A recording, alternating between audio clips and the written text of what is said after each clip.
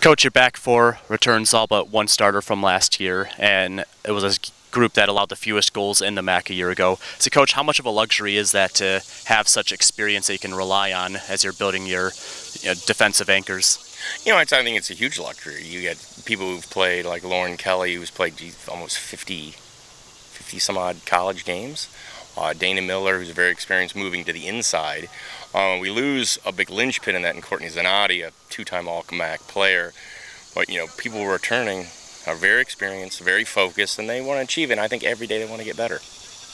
Obviously, when you talk about defense, it goes well beyond the goal and the back four. Everybody has a role to play in that structure.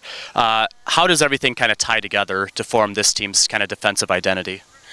I think what we really want to preach is the fact that this game exists in transitions. It's a transition from attack to defense or defense to attack. And if we don't have the ball, everyone defends. That doesn't matter if it's Rachel Marble up top to, Vic Maniaci in the goal. Everyone's a defender if we don't have the ball. Some of the linchpins outside of the back four that, Jess Bronke as a holding midfielder kind of is the glue that holds the whole shape together.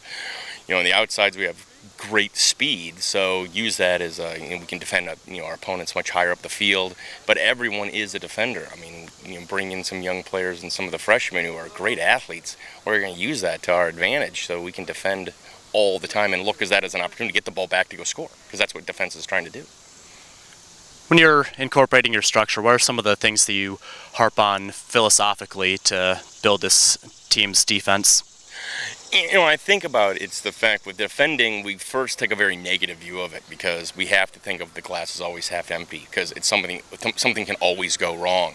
The girls, who play in our back four have to realize, we could lose the ball any time. But it's being geared to think that way, but then being very proactive and positive that if that situation comes up, they're going to deal with it right. We practice very simple things all the time. We practice heading the ball. We practice clearing the ball. We practice passing the ball, so they're very confident when we win the ball back.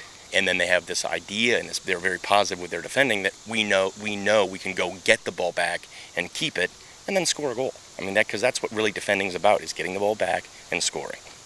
All right. Thanks, Coach. All right, thank you.